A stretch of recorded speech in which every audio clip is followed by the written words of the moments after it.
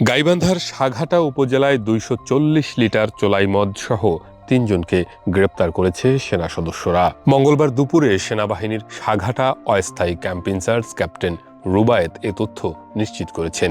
তিনি বলেন, গোপন সংবাদের ভিত্তিতে সোমবার রাত ১০টা থেকে ১২টা পর্যন্ত উপজেলার Bonarpara railway station IW office সংলগ্ন এলাকায় অভিযান চালানো হয়। যুক্তরাষ্ট্রের ১ নম্বর জিম চেইন গোল্ড জিম এখন আবারও বাংলাদেশে।